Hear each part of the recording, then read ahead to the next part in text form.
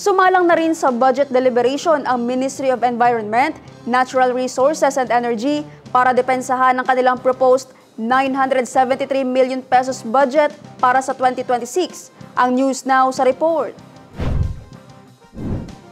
Sa budget deliberation ng Subcommittee A ng Committee on Finance, Budget and Management ng Bangsamoro Parliament, inilatag ng Ministry of Environment, Natural Resources and Energy ang kanilang proposed 973 million pesos budget para sa 2026.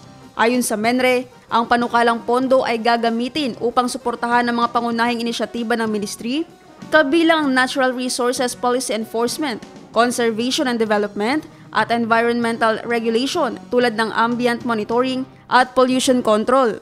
Kasama rin sa mga programang popondohan ang iba't ibang subcomponents tulad ng Land Disposition and Digitalization, Mineral and Geoscience Development, Biodiversity Management, Protected Area Development, Research and Energy Management.